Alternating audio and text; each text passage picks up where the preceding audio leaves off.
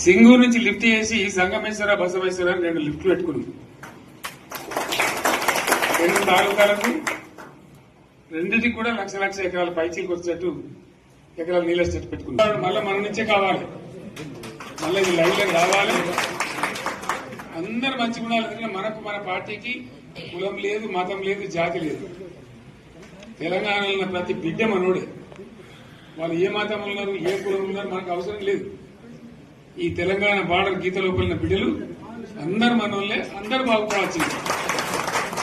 ప్రతి ఒక్కరికి న్యాయం జరగాల్సిందే. ఆ న్యాయం జరిగి ఆ ఫలితాలు తెలంగాణకు వచ్చేదాకా ఇంకెవ్వడు కొట్లాడాడు, ఎవరితో కాదు. అది అబద్దాల పంచాంగం. మళ్ళా మనమే కొట్లాడాలి. అంతేనా? పక్క మాట అనేది కొట్లాడదాం కదా. ప్రాణం పోయినా సరే తెలంగాణకు రక్షకులు మనమే. తెగించి కొట్లాడాల్సిందే. తెలంగాణ హక్కులను కొట్లాడాల్సిందే. మనమే కొట్లాడి తీరాల్సిందే. అనే రెండవ మాట లేదు.